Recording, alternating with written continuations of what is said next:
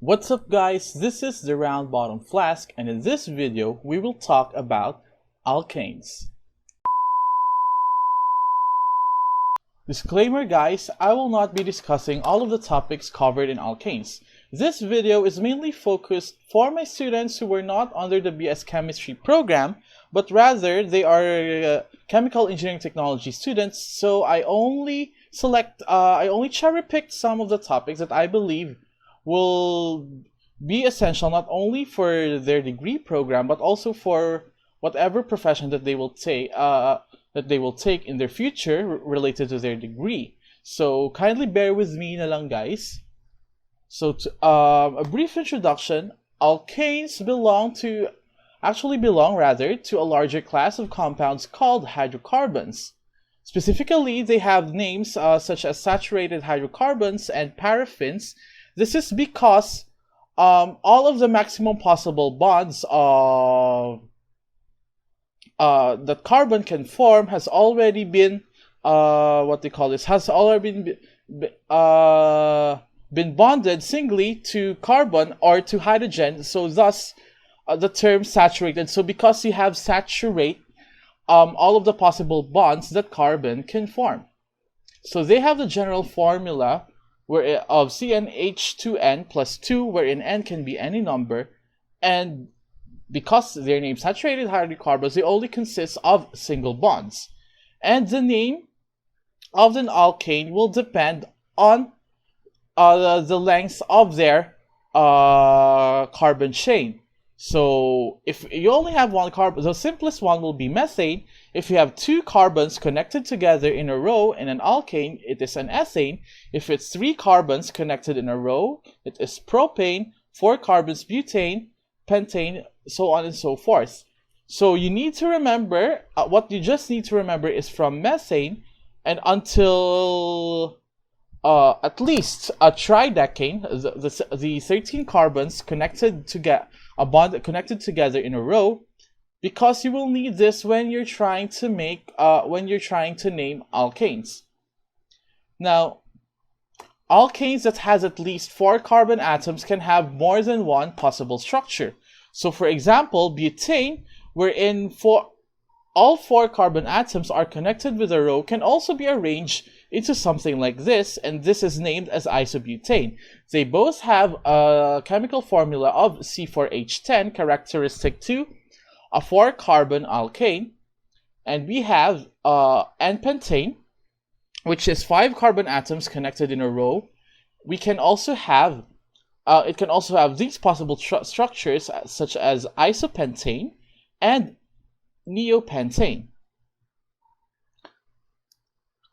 And this kind of compounds wherein they have the same chemical formula but different connectivity of atoms or different structures rather is what we call as constitutional isomers. Now we have now seen here that alkanes can have all of their carbon atoms connected in a row, or some of their carbon atoms are branched at some point of the carbon chain. So thus we can classify alkanes based on their structure. We have straight chain alkanes, which is alkanes that are connected in a row, and we also have branched alkanes, wherein alkanes there are some carbon atoms that are connected at some point in the carbon chain, thus creating a branched molecule. So for example, we have isobutane, isopentane, and neopentane as our branched alkanes. Now this branching of alkanes results into the classification of carbon atoms in an organic compound. So this classification is based on how many substituents or how many carbon atoms or how many non-hydrogen atoms is a carbon connected to. Okay, or rather how many carbon atoms. I think that's the most appropriate, on how many carbon atoms does a certain carbon atom is connected to. So we have a primary carbon atom. So a primary carbon atom is connected to one other carbon which is denoted by an R group here. An R group is is a representation of the rest of the molecule. Okay, we just kind of ghosted, or we just kind of yeah, I think the correct term is ghosted the other part of the molecule here. So basically, a primary carbon atom is bonded to one carbon atom, which is a part of the rest of the molecule. Then we have a secondary carbon atom, which is bonded to two other carbon atoms. Tertiary, three other atoms, and quaternary is bonded to four other carbon atoms. So this is not only applicable to alkanes, but rather applicable to all organic compounds, irregardless of their functional groups. And because of that branching, we have what we call as the alkyl groups. Now, alkyl groups are molecular attachments to the organic compound, which we can form just by abstracting one hydrogen from its parent compound. So for example, if we have a methane, we just remove one hydrogen from the methane and it becomes an alkyl group. So what we just do is to just replace the ending ANE to YL in order to convert it from an alkane to an alkyl group. So methane will be, when it becomes an alkyl group, it becomes a methyl group. Ethane, it becomes an ethyl group. Propane, it becomes a propyl group. And butane, it becomes a butyl group. So in most organic chemistry materials, reading materials, particularly in research papers in organic chemistry, these substituents are actually, some of these substituents are actually abbreviated. So you have to remember, you have to be familiar also with these abbreviations because they will come in handy one day. And we have this wavy line here. Also, I would like to add, we have this wavy line here indicated that this is the point of connection of the alkyl group to some other part of the molecule. So just like in alkanes, your alkyl groups will also exhibit isomerism. So this is an N-propyl group, and we have an isopropyl group. So an isopropyl group, its point of attachment will be at the middle carbon atom. We have an N-butyl group, isobutyl group, sec-butyl group, and tert-butyl group. Well, there is no there is no shortcut on how to remember this. You just have to be familiar with this, or if you're not familiar, you have to memorize this first. Okay? Well, I'm sorry, there's no other shortcut. Now, during the early days of organic chemistry, there was actually no system on naming the compounds, unlike in chemical nomenclature for organic compounds. So then the compounds were just named based on either their properties. So for example, we have morphine here, which is named after the Greek god of dreams, Morpheus, because it is a psychoactive drug that has antistimulant properties, and also it's used as anesthetics. It's one of the active ingredients in anesthesia that knocks you out during a surgical procedure. Another is from where can it be obtained? So an example is cocaine, which is we're familiar with cocaine. It is it's also a psychoactive drug, a psychoactive and illegal drug, which is actually an active ingredient which is one of the active ingredients in erythroxylum coca plant. Cocaine can actually be extracted from the leaves of the erythroxylum coca plant. And lastly, well, they can name it after at the whim of who discovered it. So when as the number of organic compounds grew, it became, well, the chemists during that time have ran out of ideas on naming these compounds, just like you just ran out of baby names on what to name your baby. Thus IUPAC, thus chemists that time convened to form what we called as the IUPAC, or the International Union of Pure and Applied Chemistry, and their role is to establish on naming organic compounds. Now an IUPAC or name for an organic compound has several parts. So we have the locant, the prefix, the parent, and the suffix. So the locant is what are the substituents, or what are the, let's say, alkyl groups or groups that are attached to your organic compound. Okay? Or rather, where are they attached in the molecule?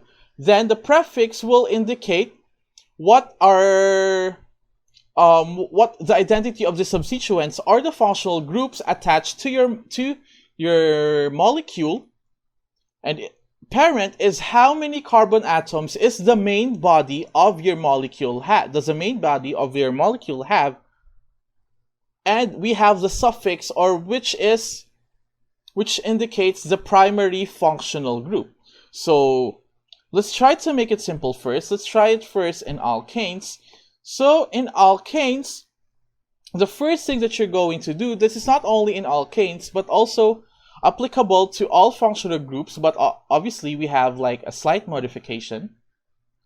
So in naming alkanes, what you need to do first is you have to find the longest continuous chain, and that will serve as your parent chain that will give you the parent part of the IUPAC name of the compound. So let's have this compound. Now this compound has this carbon chain here, which is composed of 8 carbon atoms, and we have this carbon chain here, which is only composed of 7 carbon atoms. So based on this rule here, the 8 carbon atoms, since it is longer, since it has more carbon atoms here, this chain will be your parent chain. Okay, now let's have another example, this molecule here. Now in this molecule, we have this carbon here, this chain here, which is also comprised of 9 carbon atoms, and we have another chain here, which is also comprised of 9 carbon atoms. The question is, since they have equal lengths of carbon atoms, which is which? Now, according to the IUPAC, if there are 2 possible parent chains, you pick first the ones with the greatest number of branching points. Okay? So as seen here, so as you can see here, this carbon chain has 1, 2, 3 branch points, while this carbon chain has 1, 2. This carbon chain, on the other hand, has only 1, 2 branch points. Therefore, this one will be your parent chain. Okay? After you have located your parent chain, you number your carbon atoms from end to end with your carbon 1 as the one nearest to the branch point. So let's have again another example here. So there are 2 ways that you number your carbon atoms, from left to right or the other way around.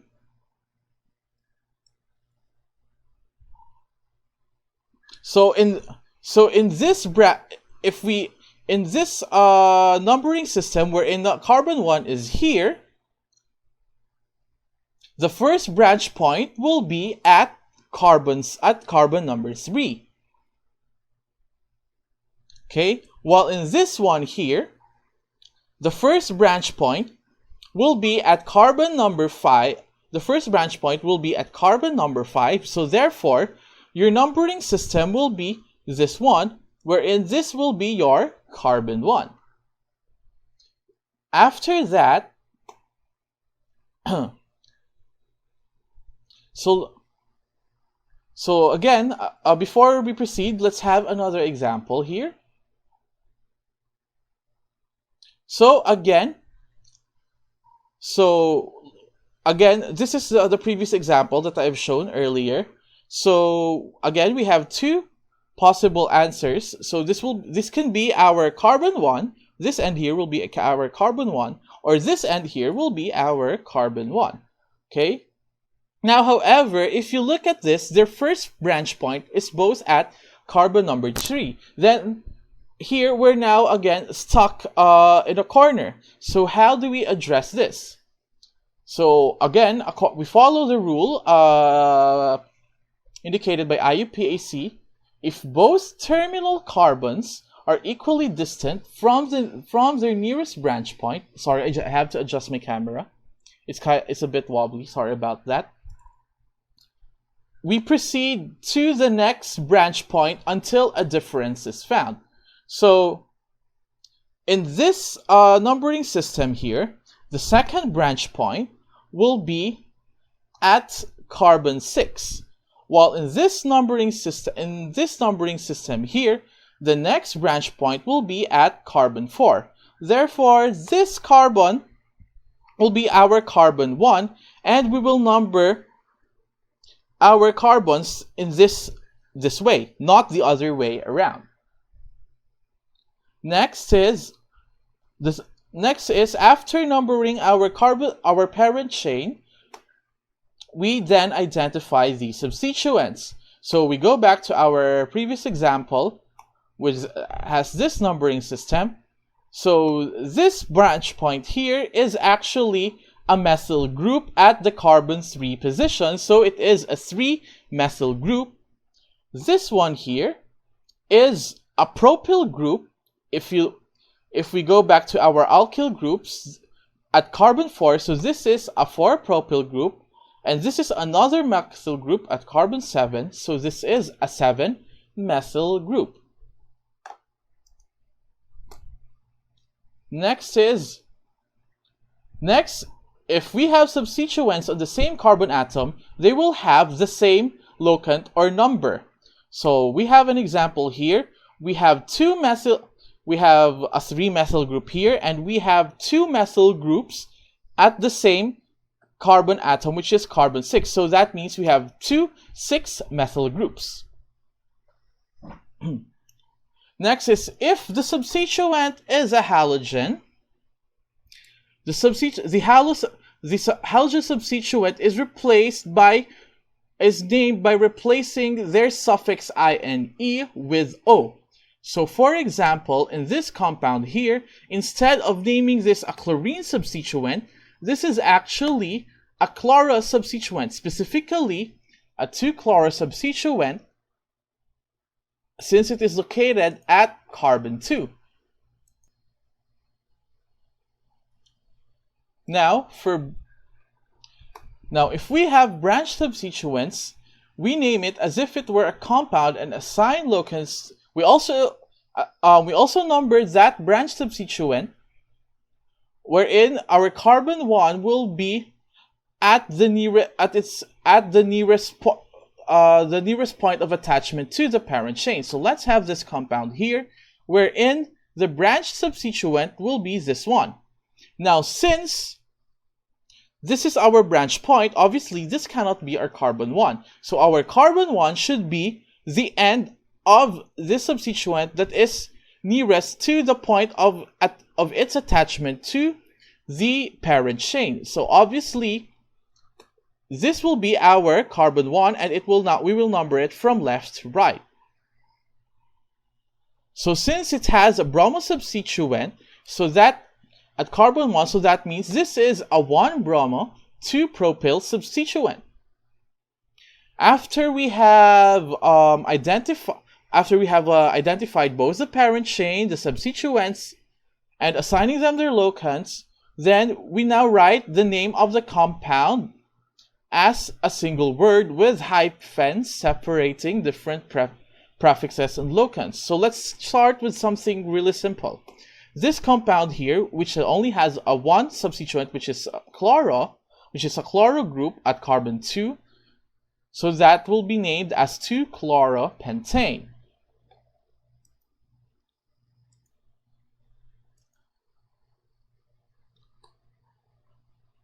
Now, if we have two or more different substituents, we have to write them in alphabetical order. So we have this example here, and obviously this will be the numbering system. And remember, we have a bromo substituent at carbon 7, a methyl substituent at carbon 3, and a propyl substituent at carbon 4. Since alphabetical order, so the bromo substituent will be written first, followed by the methyl and the propyl. So the name will be 7-bromo, 3-methyl, 4-propyl nonane. Now, if we have two or more identical substituents are present, we add the additional prefixes, or also known as number indicating prefixes, on the name of the substituents to indicate their number. So those number indicating substituents are the di, for if we have two identical substituents, tri if 3, tetra if 4, penta and 5, hexa and 6, so on and so forth. You have to take note that these prefixes are not considered in the alphabetization. And then in alphabetization for writing the name of the organic compound. So let's have this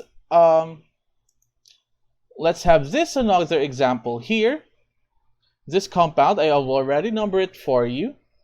So we have one iodo group at carbon 3, and we have 2 methyl groups at carbon 6. So that means it is a dimethyl. We have 2 methyl groups, so that is, the name will be dimethyl. So the IUPAC name will be 3-iodo 6,6-dimethyl nonane. So the 6 here, so the comma here separates the locants of the methyl groups. So 6,6, that means they are both located on the same carbon, which is carbon 6. Lastly, the name of the branch substituent will be enclosed in parentheses, and it will be alphabetized on the first letter of the branch substituent. Now, the alphabetization for a branch substituent will now include the number indicating prefix. So let's go back to this compound again. So we have a 1-bromo. Sorry, I'll just write this down. 1-bromo, 2-propyl group at carbon 5, and we have a 4-acyl group. So since it is at carbon 5, it will be written like this. So 5 open parentheses 1-bromo, 2-butyl. So the answer will be 1-bromo. Sorry, I'll erase this one. This is 2-butyl.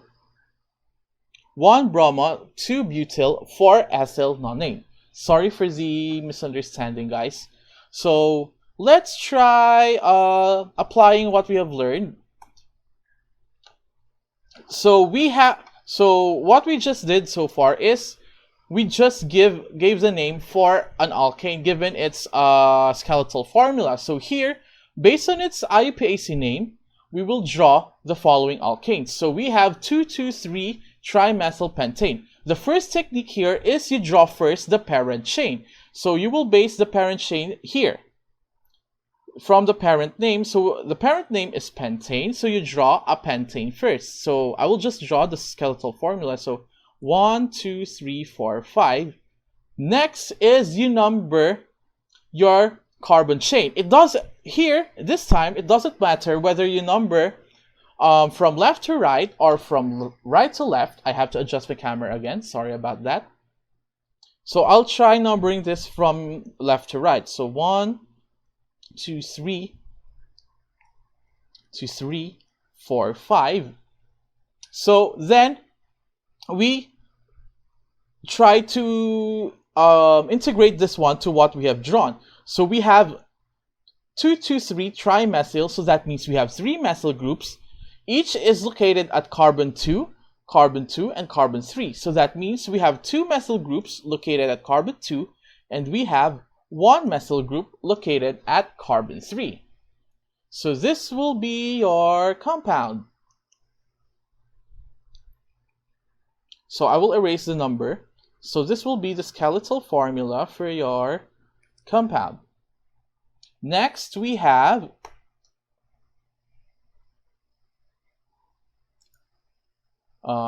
we have 5 dichloromethyl 3,4-dimethyl octane. So again, start from the parent name, we draw octane. So octane, since octane is an 8 carbon atom, so it will be 1, 2, 3, 4, 5, 6, 7, 8. Then we have then we start with the substituents. So dimethyl, so we have 2 methyl groups, both attached at carbons 3 and 4. So we number our compound first. So 1, 2, 3, 4, 5, 6, 7, 8. So we have 3 methyl groups attached. We have 2 methyl groups attached, both at one at carbon 3 and one at carbon 4.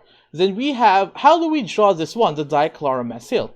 So what does that mean is at carbon 5 we have a methyl group, and that methyl group has 2 chloro substituents. So it would look like this. So this will be the structure of your organic compound. So then let's try naming alkanes. So we have this one here. Again, we try to find the longest continuous chain. So I have 2 possible candidates. So this one and this one. Okay, so let's try the first candidate here. So let's count how many carbon atoms. So 1, 2, 3, 4, 5, 6, 7, 8. So we have 8 carbon atoms, and this one here, it has 1, 2, 3, 4, 5, 6, 7, 8 carbon atoms. Okay,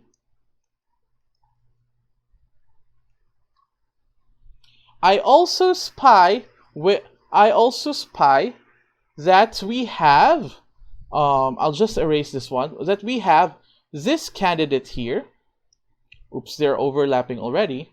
I'll just erase this one. I have another candidate here, which is this one. And let's count this. So this is 1, 2, 3, 4, 5, 6, 7, 8, 9. And this is 9 carbon atoms. So based on what we have found so far, this is the longest one that we can find. So therefore, this will be our parent chain.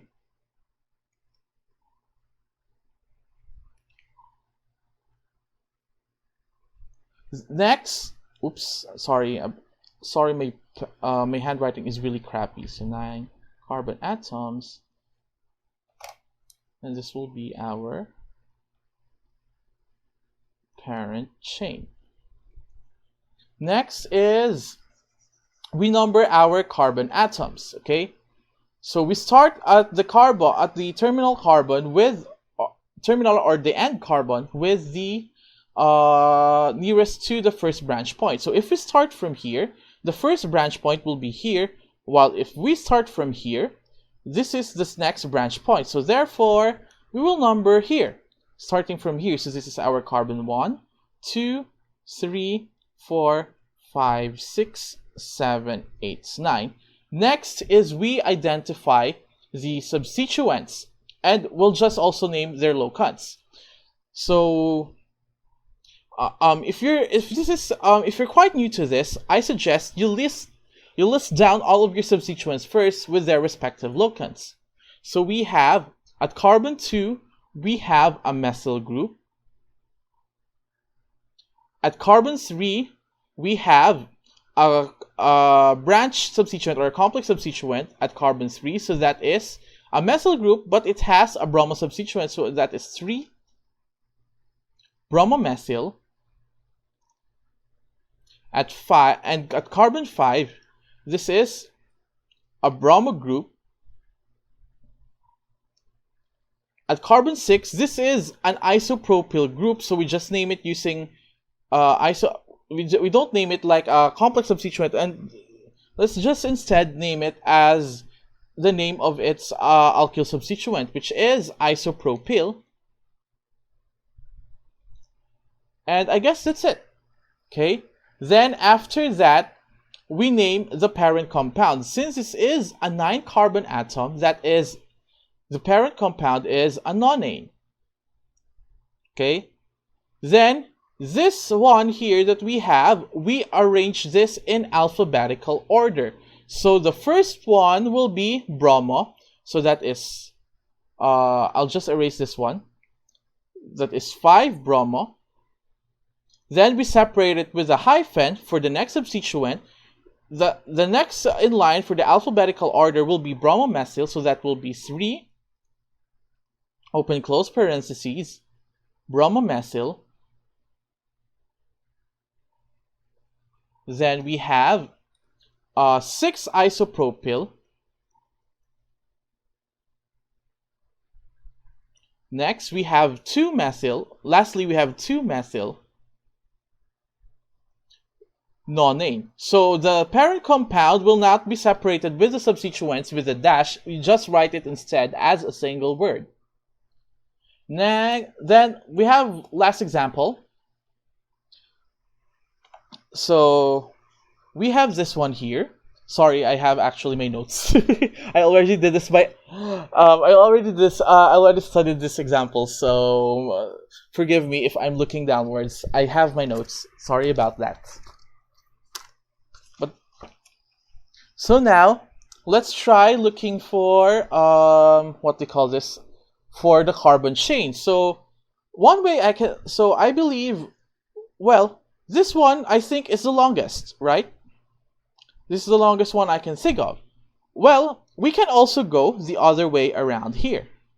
However, this again is a debate since they both have the same length of carbon atoms, that is equal to 1, 2, 3, 4, 5, 6, 7. And this is also 7 carbon atoms. So we need to decide which is which. So this one has this. Okay, this carbon atom, this carbon chain has 1, 2, 3, 4 branch points, while this carbon atom, or this carbon chain rather, has 1, 2, 3 branch points. Okay, therefore, this one will be our parent chain.